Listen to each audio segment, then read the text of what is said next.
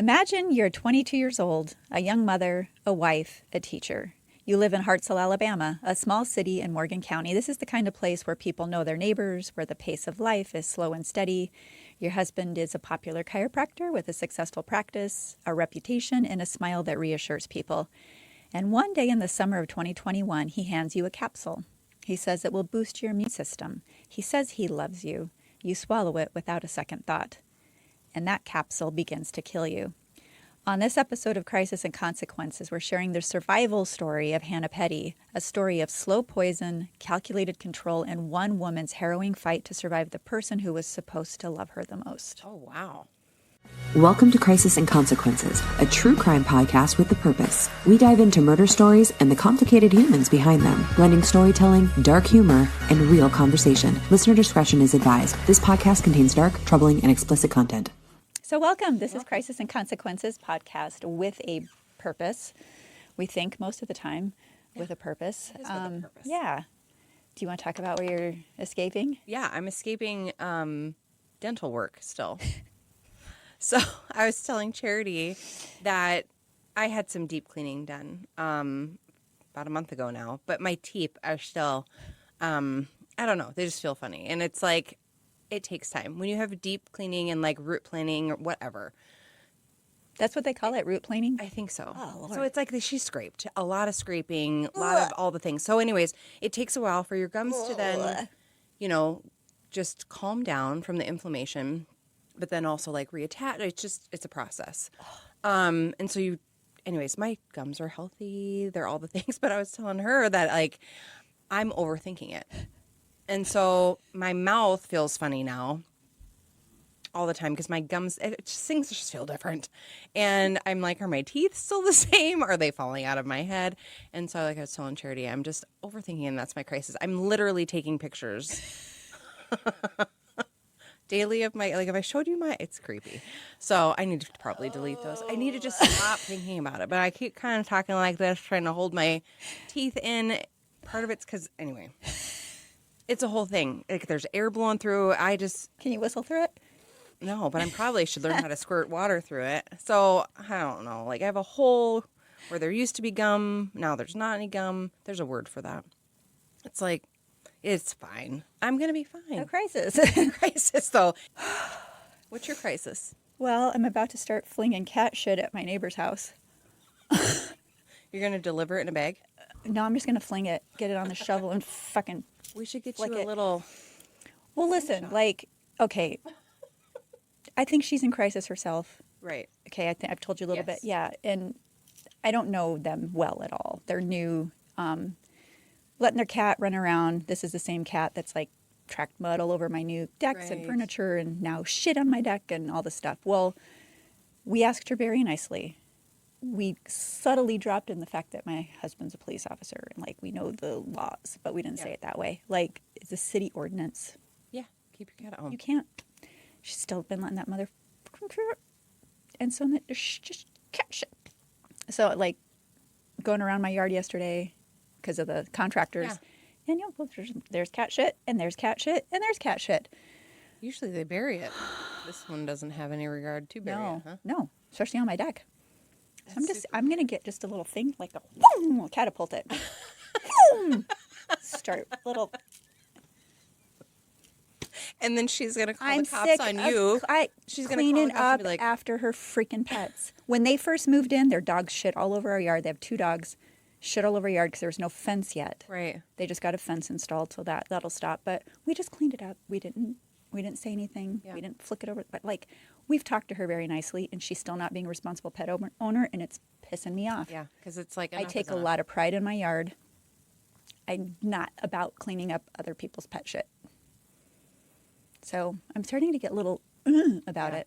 Are you ready to re-enter the workforce or find a career that actually fits? Or maybe you're an employer, tired of noisy platforms that miss the mark? Try Focus, a smarter hiring tool that helps you cut through the noise and focus on what matters. Visit focus.work today. That's FOQUS.WORK.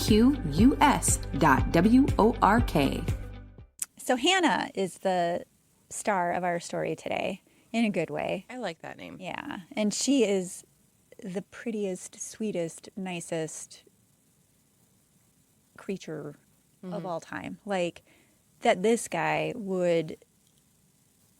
Anyway, I'll get to it. Okay, so Hannah graduated high school in 2018, met this guy named Brian Mann. Cocky, smug piece of crap. They were 11 years apart in age. So he was 29, she was just 18, and they got married after dating for only 4 months. Oh, that's quick. It's very quick.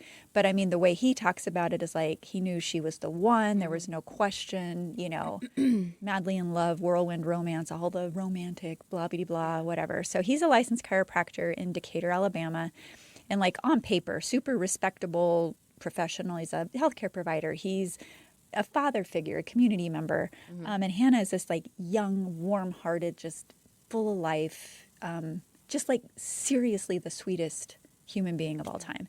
And so they got married. They had 2 children together. They built this lovely home. And like from the outside, of course, it looked just like the perfect marriage, a perfect life. But behind closed doors, that picture was starting to track. So they got married in 2018, but by the summer of 2021, they'd started divorce proceedings, and Hannah was initiating them. Their marriage had been deteriorating, and Hannah, according to later testimony, had been isolated throughout the relationship. So, you know, I think back to my long-term boyfriend in high school, and when I got, you know, a year in and realized I am totally isolated from all the people that were my friends. Obviously, there was no marriage and no kids, so it was a lot easier to get out. But she had that realization, like he discouraged her from working. That's not good. There's already this age and power dynamic, right? And money, financial dynamic. Yeah. She's a school teacher, or going to be, and he's a chiropractor. He deleted her social media accounts after they got married. He kept her away from her mother, Nicole. The way he talks about her mother, Lord have mercy. I mean, I'll get to that too. So Nicole, in some of the interviews that I watched, like she rarely saw that guy the years that her daughter was married to him. Yeah. Because by design, like he was just bad news. So this kind of social isolation and economic restriction, like he controlled what she spent, just completely took away her independence. Of course, we know that's one of the hallmark signs of domestic abuse. It doesn't always leave bruises, right? Sometimes there's no marks at all, but it lays the groundwork for something. So as the marriage is dissolving, he starts giving Hannah vitamins. And he tells her he wants to help her boost her immune system because she's stressed out and all this stuff. And chiropractors, most of them are into supplements and all the things. So it started in August of 2021. You know, she thought at the time, boost my immune system, that sounds reasonable, you know, with all the things I'm going through. They're still living together at the time, and he's still playing the role of husband, even though the marriage had fallen apart. So she didn't really question it. Yeah. Yeah, see, I'm like... Or he's acting like it is. Inside, I think he could not stand, this narcissist could not stand the fact that she was leaving him. Yeah. I really believe that's what this is about. Me, personally, conjecture, allegedly. Okay, saying all the words. Don't sue me. But within weeks, something changed. She began experiencing like severe abdominal pain, like severe. She was nauseated. She was dizzy.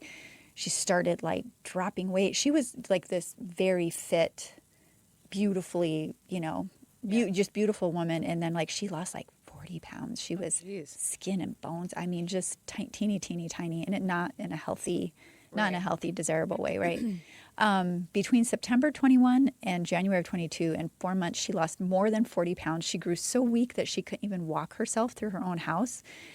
So she had like an office chair on wheels that she would roll around the house in, like a surrogate wheelchair kind of a thing. And so she had 2 little kids too. So she was like literally being hollowed out from the inside with whatever was going on. Now, Brian, he did not push her towards a hospital, interestingly. Instead, he just kind of monitored her. And he's a healthcare professional. Even though she's divorcing him, she still trusts his healthcare opinion, right? But during this decline, she would testify, he was also kinder and more tender and all these things to her, the things that she felt had been lacking and why she'd initiated divorce proceedings. Now she's in this. So you've heard of like Munchausen's by proxy, right? Yes. Okay. Munchausen syndrome. So I never heard those words used. But I think it was almost a form of that where he's making her sick so then he can be the knight in shining armor. Yeah. So, and this is a quote from Hannah. She was on a 48 Hours episode. She said, "When I really started getting sick is when he was the sweetest to me." Should have been a big red flag, right? Yeah. He's doing all these controlling things, all these manipulative things. She starts divorce proceedings. She starts to get sick, and now he's nice. Yeah. But she was not able to function in a way that she could put those dots together because, would you ever think your husband was trying to kill you? Like, No. And if you do, then you probably shouldn't be married. Yeah. So I think it's a really chilling observation because sweetness in that context, like it's not love, it's performance. Yeah. And it was a type of behavior, someone who needed Hannah to stay compliant, to stay home and to keep taking those capsules. Make sure he's giving them to her every night. So her mom, Nicole. See, and that is even weird to me too. Like if I started losing that kind of weight and wasn't feeling, I'd be like, these obviously are not working. Like I'm not going to continue taking these. But you wouldn't think it's a supplement. I don't know. Like I'm one of those You people wouldn't where think I it was a supplement that doing that to you. No, you wouldn't. But if it started after that supplement, I might start to put two and two together. Well, Nicole is starting to freak out because Hannah's been isolated from her and now she knows something's going on. So she's calling, she's texting. She finally gets Hannah on the phone and she could hear something in her voice, like almost like she's slipping away, like she's dying. And it was January of 22. Nicole calls her daughter and she knows for sure that she's dying. And so Hannah finally says, "Mom, can you take me to the hospital?"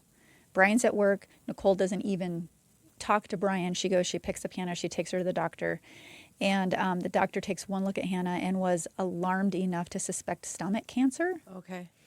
And so she refers Hannah immediately to the University of Alabama Birmingham Hospital. They call it UAB, which is a really top-notch medical center in the Southeast. But then what happened next would just change everything. So Nicole is at the hospital with her daughter. Hannah started having, because they couldn't, this is actually a blessing in disguise because she was stable. All her vitals were stable. They didn't have a reason to keep her. Okay. And if they would have let her leave, though, we know she would be dead. Yeah. There's no doubt after what I'm going to share with you today. So she suffers this massive seizure, and her mom is there watching this happen. And so this young, healthy, vibrant, beautiful, woman is now just complete skin and bones, literally hours to live. And so if not for that seizure, I don't think Hannah would be here. So they put Hannah on a ventilator. They ran every test they could.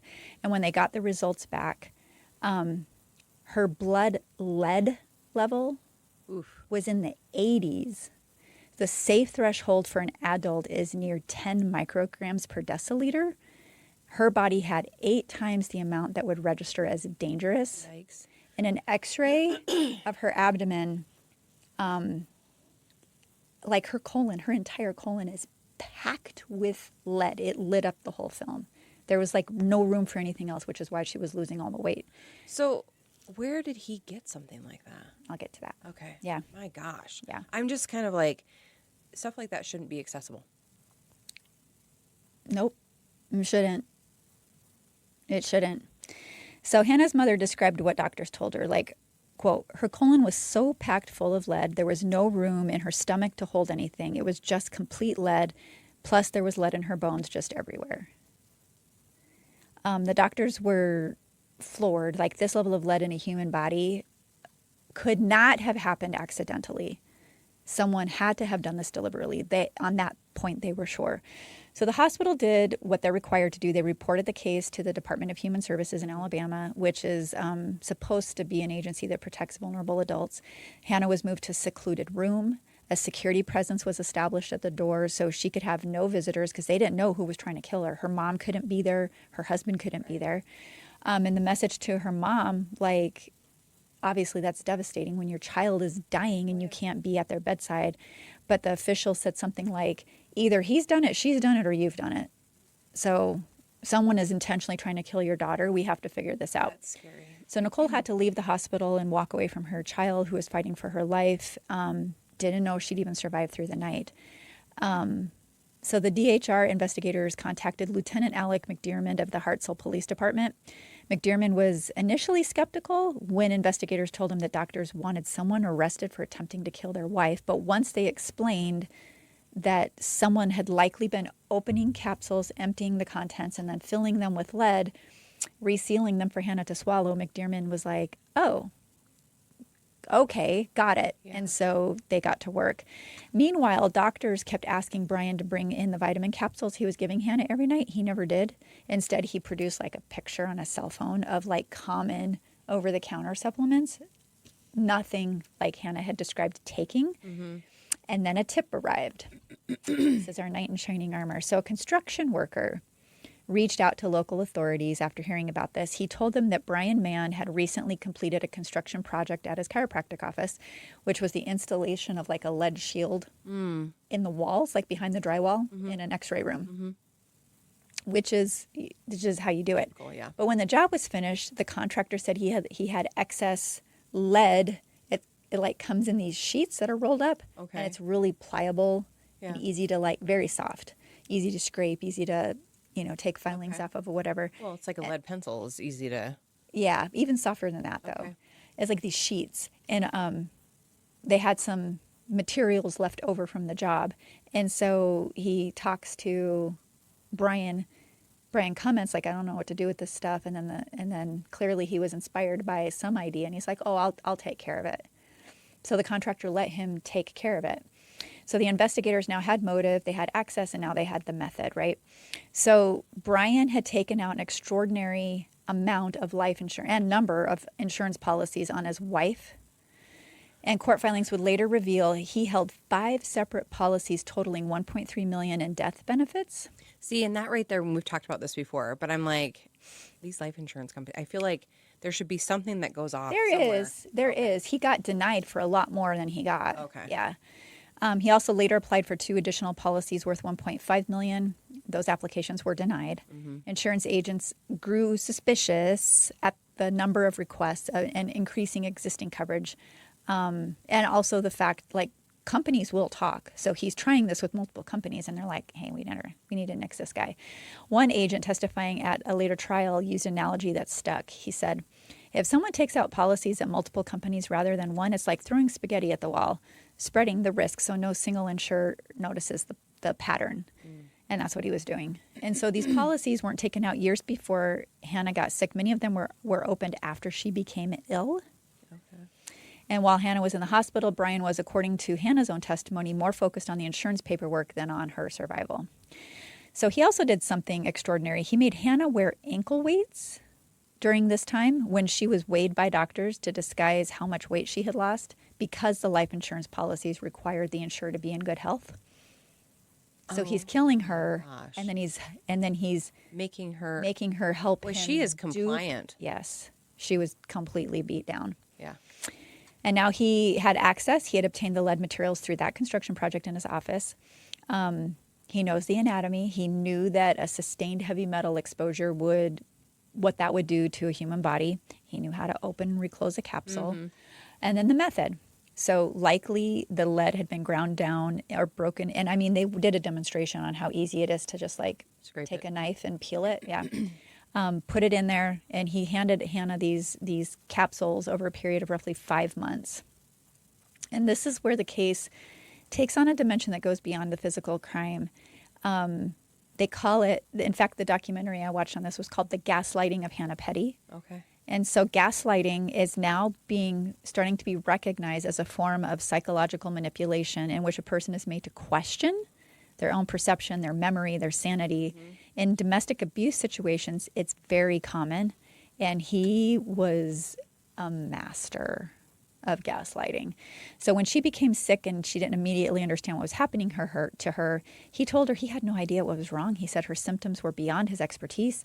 He encouraged her to see specialists, but he discouraged her from going to the hospital. He created an environment in which Hannah began to question herself. She trusted him over listening to her own body, and she remained isolated from people who maybe would have seen the truth sooner. And even after she was hospitalized and the investigation began, Brian attempted to muddy the waters. Like, he went to authorities and he claimed that he and his other children and his children had also been exposed to lead in the home, trying to present himself as like, I'm a victim too. Look at me, look at me. But when investigators told him he would need to be tested, like he had given, I don't know how he did it, but I think he had given x-rays that he took at his clinic. Okay. And they're like, no, we're going to need to test you. And then he kind of gets really squirrely at that. But his own lead levels did not even close to support the exposure he was claiming or what was visible in Hannah. Shocker. Yeah. And then when she was still in the hospital, he begged her to stop the investigation. Like, she later said that she didn't fully understand what was happening because the gaslighting had been so thorough and so sustained that even as she was being poisoned, like, she had difficulty accepting the truth. Mm-hmm. She said, I was just isolated. But Brian was finally arrested in September of 22, charged with attempted murder following a grand jury indictment. He was released on a $500,000 bond. I think he had an ankle monitor or something. Yeah. So the legal process that followed was stretched across nearly 3 years. Courts argued over the evidence. His defense team, which included this, I don't know why this is important, but like this buff bodybuilder who's a defense attorney. Maybe it's intimidating or something. Yeah, maybe. But he challenged the chain of custody for the evidence. They objected to the manner in which the lead was extracted from Hannah's urine, allegedly done in a parking lot of the police department, using a 5-gallon bucket and a strainer. I don't know. That's all I could find on that. They filed motions. They delayed. They argued the state had not proven beyond a reasonable doubt that it was Brian who had poisoned his wife. But during that waiting period, Brian was subjected to restrictions. Like, he was forbidden from seeing his children for more than 2 years. A judge eventually allowed limited release conditions so he could continue paying child support. So he'd go and work during the day, go back to jail on the weekends, kind of a thing. Mm-hmm. And then in interviews, he maintained his innocence. He claimed, the case against him was weak. He was pretty cocky going into this thing. Hannah, meanwhile, spent 2 full months in the hospital. She underwent continuous colon irrigation to try to get this lead out of her body. She received chelation therapy. She was told that movement, she had so much fluid in her brain that for a while I think she was in a medically induced coma because she couldn't move. If she moved at all, she may not have survived. But the lead poisoning rendered her infertile. So she's 22 and she can't have any more children. And she still experiences chronic pain in her hands. She still has lead in her bones. And these are things that are probably never going to go away. Yeah. So 2 days after she was discharged from the hospital in March of 22, Hannah Pettey filed for divorce. So the trial began in June of 2025 in Decatur, Alabama. There were no cameras permitted inside. So the public watched through news reports and accounts of the people who were there. Lead prosecutor Garrick Vickery laid out a narrative that he said began months before Hannah ever arrived at the hospital. His theory was that Brian Mann made a calculated decision to slowly poison his wife, to collect her life insurance, and to rid himself of a marriage that he wanted out of because she wanted out of, right? So not through a quick act of violence because clearly, but slow and deliberate. She took the stand. She testified about the capsules. She testified about the weight loss, the pain, the isolation, the ankle weights, all the things. And then she testified about the life insurance policies that she hadn't known about, policies that named Brian as her sole beneficiary. And I saw differing reports. We talked about $1.3 and $1.5 million. I saw another report that said $5.5 million. Oh. But again, most of them said 1 point whatever. So, but her testimony was devastating to his case, his argument. A couple's insurance agent corroborated her account, describing how Brian had aggressively sought all these multiple policies across several companies, and the construction worker's testimony, solid, right? So the defense continued to challenge the evidence. It was futile. Yeah. So the jury deliberated for less than 3 hours across 2 days, and on June 2nd of 25, they returned a guilty verdict. Guilty of attempted murder.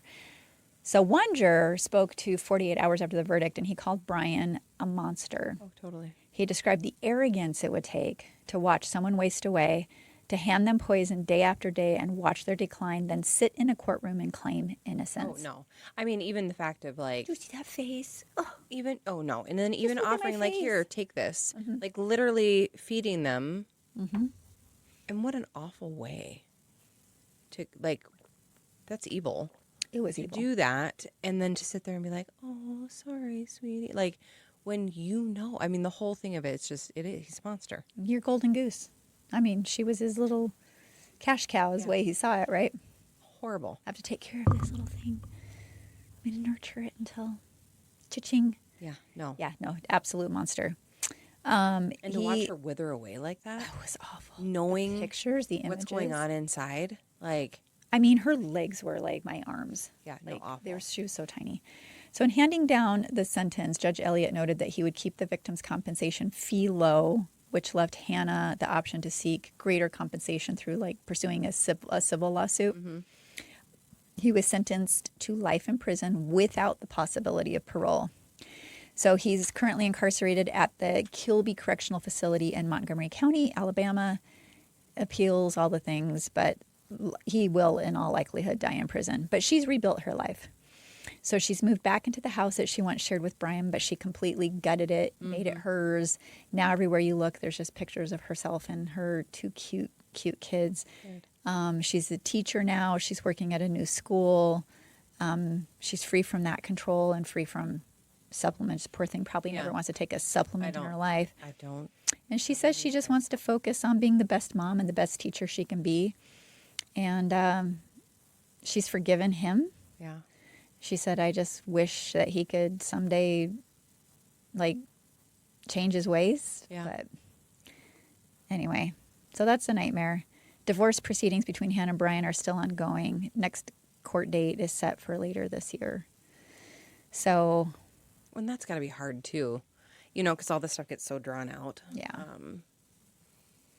And it's like you're trying to move on, you know, from something. And I think that's the big point, though, is like domestic violence takes on so many different forms. yeah. Psychological manipulation is a thing. Oh, 100%. It's absolutely a thing. So there may not be bruises. You may not be someone's physical punching bag, but that emotional weight of being just constantly pushed down and made, what did you say, submissive? Yeah. Yeah. I mean, took away her entire, compliant. Yeah, it took away her will to even like, I mean, she had no voice. She had no anything. Yeah. Like, that is a form of abuse. Absolutely. So he's locked away for life. But I do want to say National Domestic Violence Hotline, 1-800-799-7233, or you can text START, S-T-A-R-T, to 88788, and help is available around the clock. And like I said, gaslighting also is a form of domestic abuse. 100%. And I think that it's so important to know that those things are available for you or for somebody you know. I think that when you have questions, ask them.